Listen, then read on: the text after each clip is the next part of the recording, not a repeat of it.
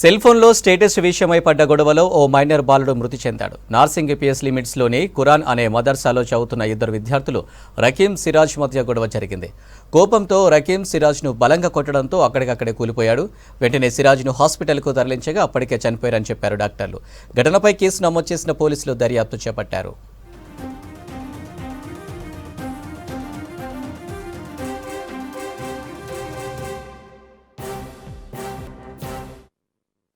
Narsingi PS పరిధిలోని పుప్పలగూడ నందు ఉండే అన్వర్ ఉల్ ఖురాన్ అనే ఒక మదర్సా నందు కొంతమంది విద్యార్థులు అంటే ఉర్దూను అభ్యసిస్తారు.